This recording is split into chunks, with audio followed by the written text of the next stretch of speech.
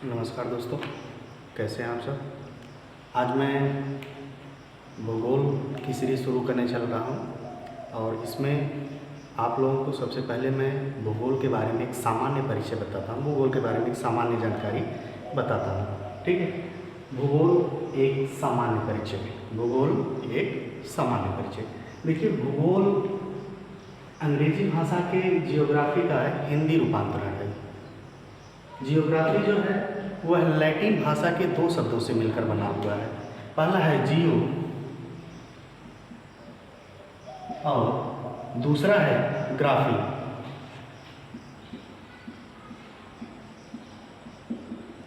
दो शब्दों से मिलकर बना हुआ है, जियो और ग्राफी, जिसमें जियो का अर्थ होता है पृथ्वी, जिसमें जियो का अर्थ होता है पृथ्वी और ग्राफी का अर्थ होता है वर्णन करना या व्याख्या करना। वर्णन करना या व्याख्या करना, वर्णन करना या व्याख्या करना, ठीक है। दो शब्दों से मिलकर बना हुआ है पृथ्वी, यानी जियो और ग्राफी, जिसमें जियो का अर्थ होता है पृथ्वी और वर्णन का अर्थ होता है ग्राफी का अर्थ होता है वर्णन करना या व्याख्या करना। अर्थात पृथ्वी का वर्णन करना या पृथ्वी की व्याख्या करना शाब्दिक अर्थों में भूगोल होता है, ठीक। और देखिए, अब भूगोल के जनक की बात आती है। भूगोल का जनक किसे कहते हैं, ठीक है। भूगोल का जनक हिकेटियस को कहा जाता है।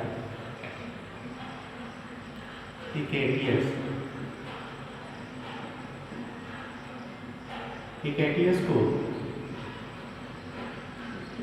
भूगोल का जनक कहा जाता है। हिकेटियस को भूगोल का जनक कहा जाता है, ठीक है।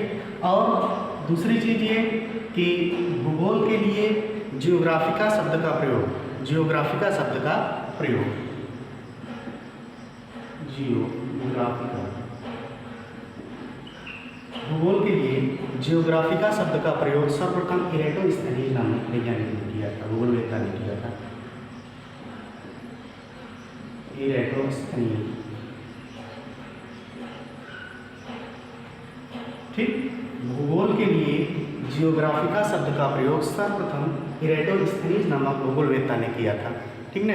अब देखिए, भूगोल की परिभाषा जो है वह जैसे विभिन्न प्रकार, जो अनेकों भूगोलवेत्ता है वो अपने अनुसार जो है भूगोल की परिभाषा देते गए। इसमें जैसे देखिए, मैं आपको बता रहा हूँ फ्रीमैन एवं राव के अनुसार,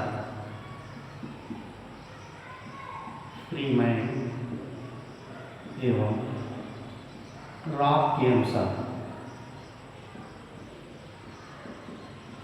फ्रीमैन एवं राव के अनुसार देखिए, फ्रीमैन एवं राव ने कहा कि पृथ्वी और उस पर दिखाई देने वाले, पृथ्वी और उस पर दृष्टिगोचर होने वाले, पृथ्वी और उस पर दिखाई देने वाले सभी बातों तथा तथ्यों का वर्णन करना, सभी बातों और तथ्यों का वर्णन करना भूगोल कहलाता है। यानी पृथ्वी पर दृष्टिगोचर होने वाले, लिख लीजिए, पृथ्वी पर दृष्टिगोचर होने वाले, पृथ्वी पर दृष्टिगोचर होने वाले सभी बातों या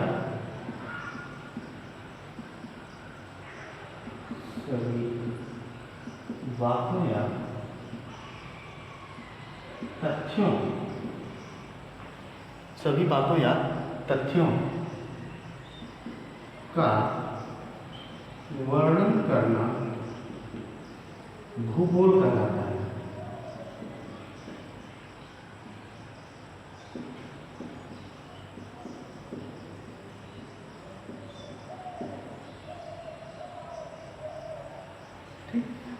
फ्रीमैन एवं राव के अनुसार पृथ्वी पर दृष्टिगोचर होने वाली सभी बातों या तथ्यों का वर्णन करना भूगोल कहलाता है, ठीक है। ये तो हो गया भूगोल के बारे में कुछ सामान्य परिचय। और अब मैं आगे बताता हूँ इसमें। देखिए, भूगोल का अध्ययन जो है वह 19वीं शताब्दी से पहले भूगोल का अध्ययन 19वीं शताब्दी से पहले स्वतंत्र रूप में नहीं किया जाता था, बल्कि इसका अध्ययन अन्य विषयों के साथ मिलाकर किया जाता था। लेकिन 19वीं शताब्दी में भूगोल का अध्ययन एक स्वतंत्र विषय के रूप में किया जाने लगा। पृथ्वी यानी भूगोल का अध्ययन जो है वह 19वीं शताब्दी में एक स्वतंत्र विषय के रूप में अध्ययन किया जाने लगा। यानी जैसे आज हम लोग भूगोल का अध्ययन जो है एक अलग विषय के रूप में कर रहे हैं, एक जो है अलग सब विषयों से अलग हट करके कर रहे हैं, लेकिन पहले जो होता था 19वीं शताब्दी से पहले इसका अध्ययन जो है एक अलग विषय के रूप में न करके बल्कि अन्य विषयों के साथ में इसका अध्ययन किया जाता था। ठीक है। और 20वीं शताब्दी के आरंभ में भूगोल, मनुष्य एवं पर्यावरण 20वीं शताब्दी के प्रारंभ में कहें 20वीं शताब्दी के प्रारंभ में भूगोल मनुष्य एवं पर्यावरण के पारस्परिक संबंधों का अध्ययन करने वाला एक विषय बन गया था। यानी 20वीं शताब्दी के प्रारंभ में भूगोल जो है मनुष्य एवं पर्यावरण के मध्य अध्ययन करने वाला एक स्वतंत्र विषय बन गया था। ठीक है। तो यानी 19वीं शताब्दी से पहले भूगोल का अध्ययन जो किया जाता था वह एक स्वतंत्र विषय के रूप में नहीं किया जाता था, लेकिन 19वीं शताब्दी में जो है भूगोल का अध्ययन एक स्वतंत्र विषय के रूप में किया जाने लगा। और 20वीं शताब्दी के प्रारंभ में क्या हुआ? 20वीं शताब्दी के प्रारंभ में भूगोल मनुष्य एवं पर्यावरण के मध्य अंतर संबंधों का अध्ययन करने वाला एक विषय बन गया था। ठीक है। और इसी क्रम को आगे बढ़ाते हुए लोगों ने अपने अध्ययन की यानी भूगोलवेत्ताओं ने अध्ययन की दृष्टि से भूगोल की 2 शाखाएं बताई। ठीक है। अब मैं इसको इरेज कर दे रहा हूँ, आप लोग स्क्रीनशॉट ले लीजिएगा इसका। ठीक है, हो गया? ठीक, चलिए अब मैं इसको इरेज करके आगे मैं आप बता रहा हूँ।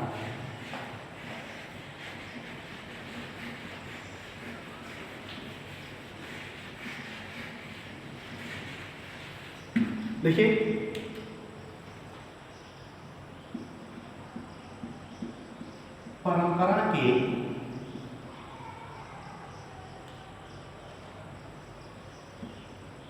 परंपरा के आधार पर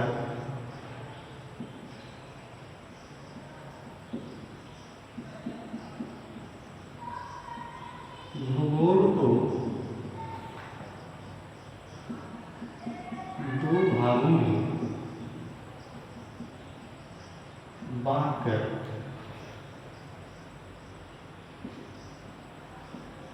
अध्ययन किया जाता है।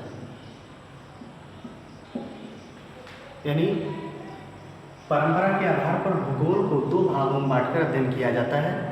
ठीक, पहला है इसमें देखिए 2 शाखाएं हैं इसकी।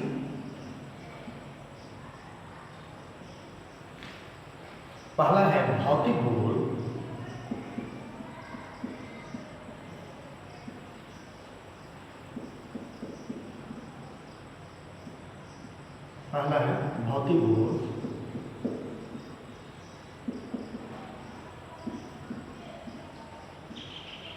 फिजिकल जियोग्राफी,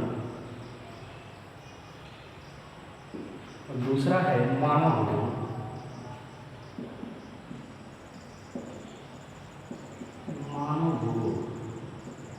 इसे कहते हैं ह्यूमन जियोग्राफी।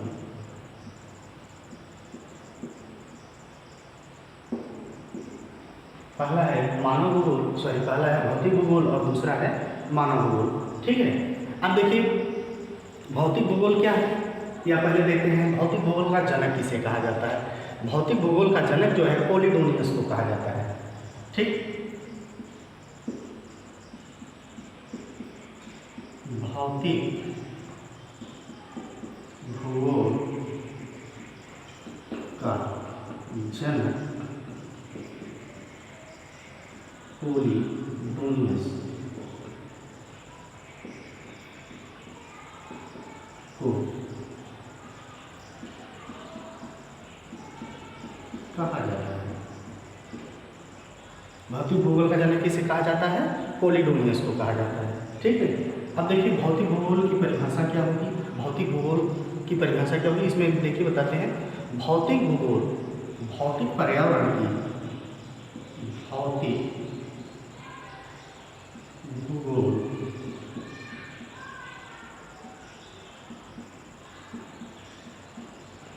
भौतिक भूगोल भौतिक पर्यावरण की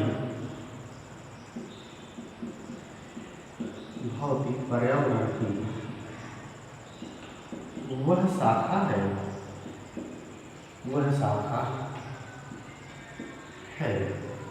वह शाखा है जिसके अंतर्गत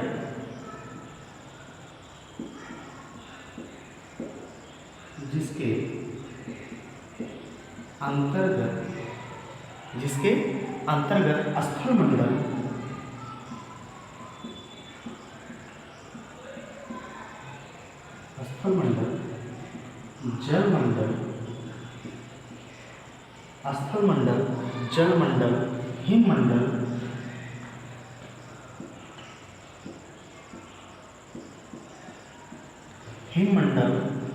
वायुमंडल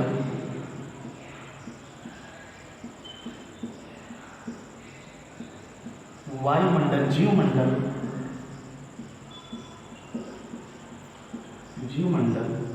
का क्रमबद्ध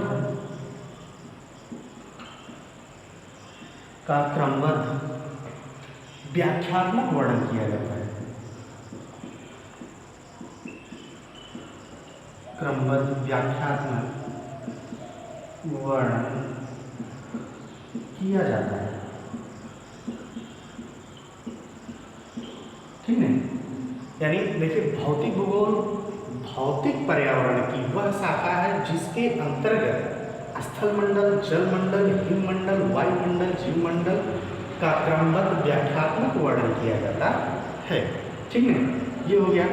अब देखिए मानव भूगोल की बात आती है। मानव भूगोल देखिए मानव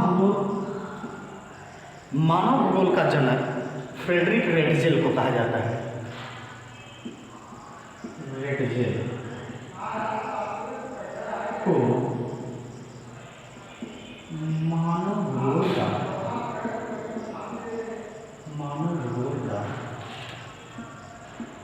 जनक कहा जाता है। किसे कहा जाता है? फ्रेडरिक रेटजेल को मानव भूगोल का जनक कहा जाता है। अगर इधर आप लोगों को नहीं याद दिख रहा होगा, कट गया होगा, तो आप लोग इसको जो है मैं बोल रहा हूँ उसको लिख लीजिए। रेटजेल को मानव भूगोल का जनक कहा जाता है। ठीक है, अब मानव भूगोल का जनक रेटजेल को कहा जाता है और भौतिक भूगोल का जनक किसे कहा जाता है? पोलिडोनियस को कहा जाता है। अब मानव भूगोल की परिभाषा आप लोग लिख लीजिए। मानव भूगोल की वह शाखा है मानव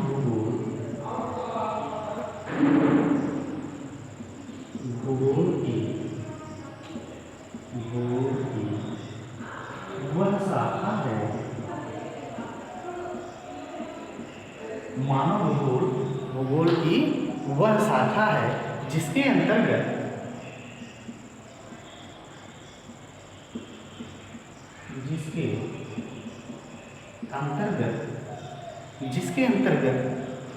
मानव की उत्पत्ति से लेकर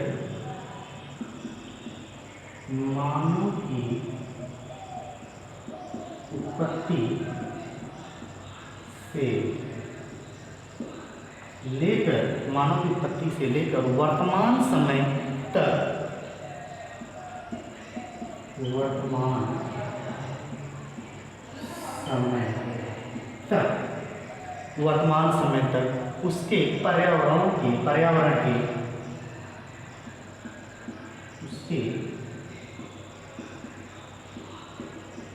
उसके पर्यावरण के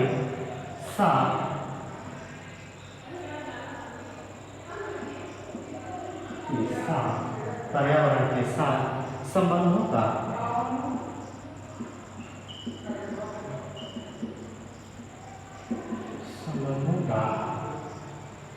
का अध्ययन किया जाता है।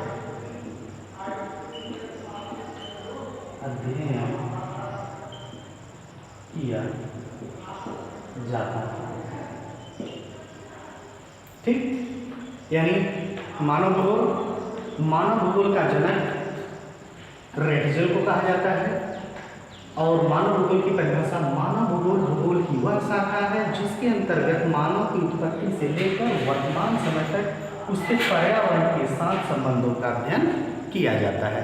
ठीक है। अब देखिए रेडजल की एक पुस्तक थी, बहुत प्रसिद्ध पुस्तक है जिसका नाम है एंथ्रोपोजियोग्राफी।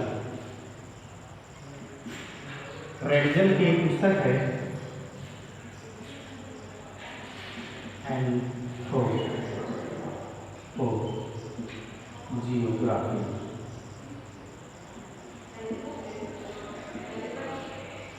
एंथ्रोपोजियोग्राफी यह रेडजल की बहुत प्रसिद्ध पुस्तक है।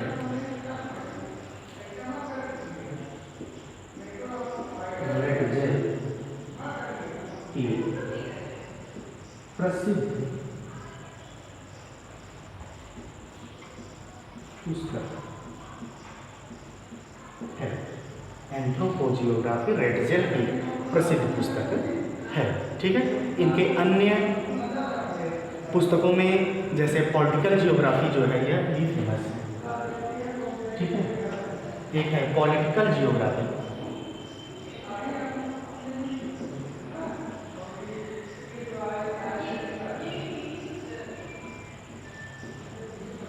पॉलिटिकल जियोग्राफी, पॉलिटिकल जियोग्राफी जो है यह रेडजल की पुस्तक है। रेडजल की पुस्तक है। एंथ्रोपोजियोग्राफी जो है यह रेडजल की बहुत प्रसिद्ध पुस्तक है और पॉलिटिकल जियोग्राफी जो है यह रेडजल की पुस्तक है। ठीक है। अब देखिए भूगोल के बारे में अब कुछ अन्य चीज़ें जो है वो भी हम जान लेते हैं। ठीक। अब आप लोग जो है इसका स्क्रीनशॉट ले लीजिए। ठीक है। चलिए अब मैं इसको इरेज कर दे रहा हूँ।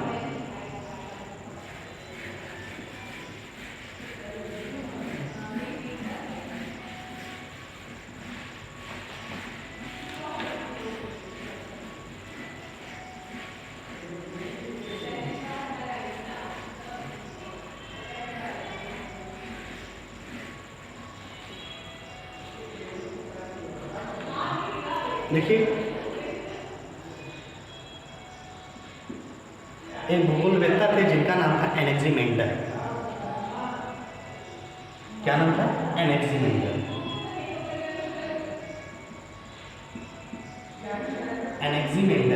एनेक्सिमेंडर ने सर्वप्रथम जो है मापक के आधार पर, एनेक्सिमेंडर ने सर्वप्रथम मापक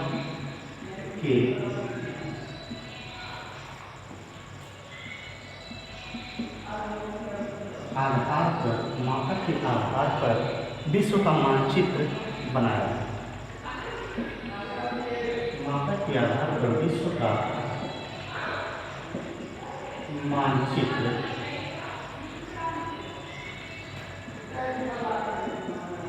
बनाया। एनेक्सिमेंडर ने सर्वप्रथम मापक के आधार पर विश्व का मानचित्र बनाया। किसने बनाया था? मापक के आधार पर विश्व का मानचित्र सर्वप्रथम किसने बनाया था? एनेक्सिमेंडर नामक भूगोलवेत्ता ने बनाया था। ठीक है।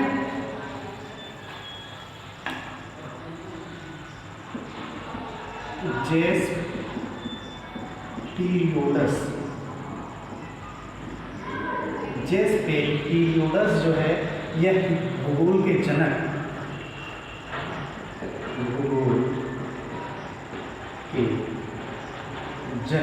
थिकेडियस की पुस्तक है।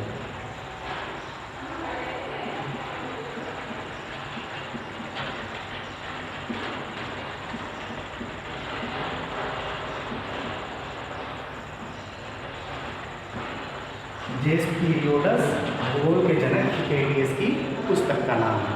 ठीक है। और देखिए विश्व के मानचित्र पर देशांतर रेखाओं को खींचने का प्रयास सर्वप्रथम किसने किया था? विश्व के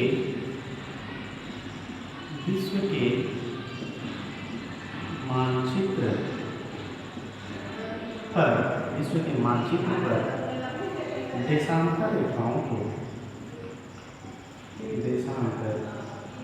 रेखाओं खींचने का प्रयास, खींचने का प्रयास सर्वप्रथम इतिहास के जनक हेरोडोटस ने किया था। विश्व के मानचित्र पर देशांतर रेखाओं को खींचने का प्रयास सर्वप्रथम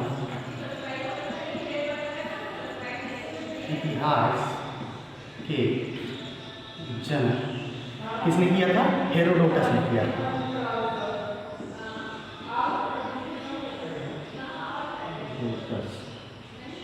हेरोडोटस ने किया था। विश्व के मानचित्र पर देशांतर रेखाओं को खींचने का प्रयास सर्वप्रथम इतिहास के जनक हेरोडोटस ने किया था। ठीक है, अब देखिए ये तो हो गया, इसमें कुछ और चीजें। अब देखिए 14वीं और 15वीं शताब्दी में 14वीं व 15वीं शताब्दी में अनजान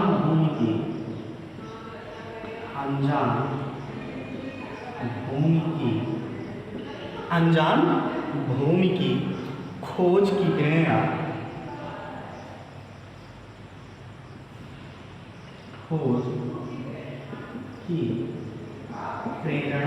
देखिए कहाँ से प्राप्त हुई थी? यह यूनानी विद्वान टालमी से प्राप्त हुई थी। यानी 14वीं और 15वीं शताब्दी में अनजान भूमि की खोज की प्रेरणा यूनानी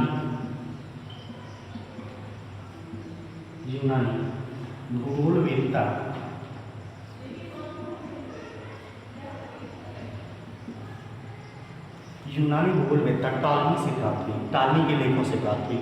ठीक है,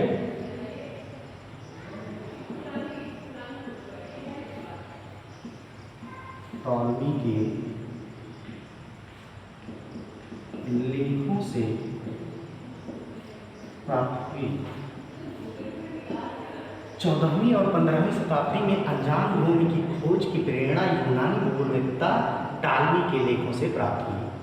ठीक, अब देखिए किताब अल हिंद, यानी इसे हिंदी में कहते हैं भारत का भूगोल।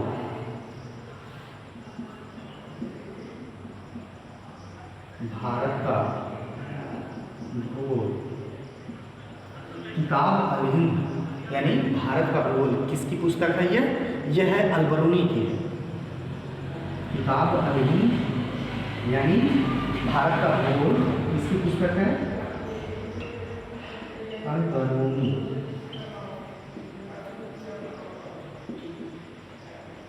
की पुस्तक है। किसकी पुस्तक है? अल-बरूनी की पुस्तक है, जो 1030 ईस्वी में लिखी गई थी। कब लिखी गई थी? 1030 ईस्वी में यह पुस्तक लिखी गई थी, किताब अल हिंद, यानी इसे कहते हैं भारत का भूगोल। ठीक ना? अब देखिए भारत का प्रथम मानचित्र किसने बनाया था? एनविले ने बनाया था। भारत का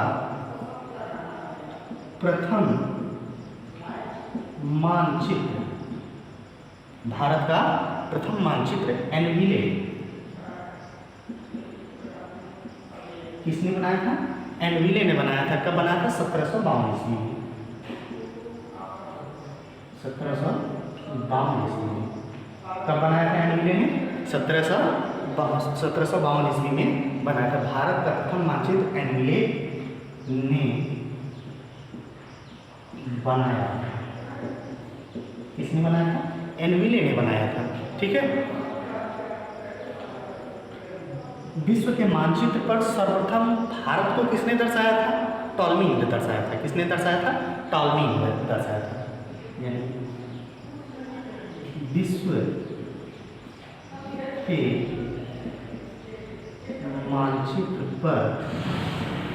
के मानचित्र पर भारत को सर्वप्रथम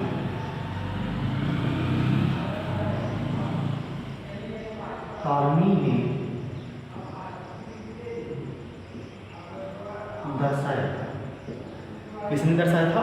टॉलमी ने दर्शाया था। ठीक।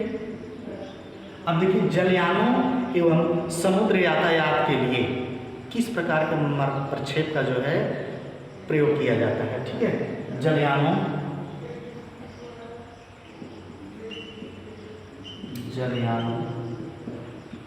तथा समुद्र यातायात के लिए मर्केटर प्रक्षेप का प्रयोग किया जाता है। मर्केटर प्रक्षेप का प्रयोग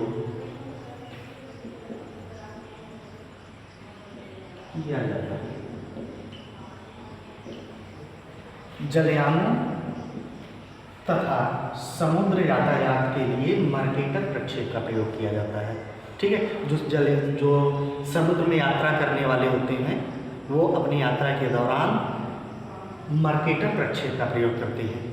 ठीक है, मर्केटर प्रक्षेप के माध्यम से वो कितने अंश अक्षांश, कितने अंश देशांतर रेखाओं के पास हैं, कहाँ हैं, ये सब स्थितियाँ हम लोग उससे जान लेते हैं आसानी से। ठीक है,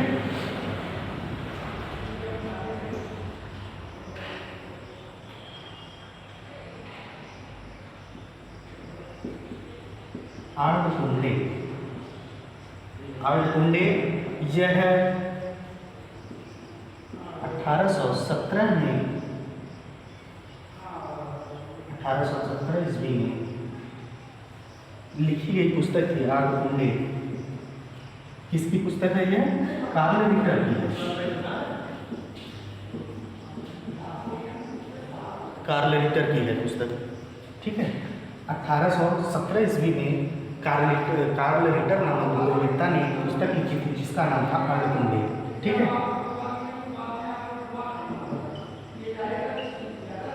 किसकी पुस्तक है? यह कार्ल रिटर की है। ठीक है, बस आज के लिए ही भूगोल के सामान्य परिचय के विषय में आप लोगों को बस इतना ही। ठीक, बस आज आप लोगों की क्लास ओवर होती है। ओके, धन्यवाद।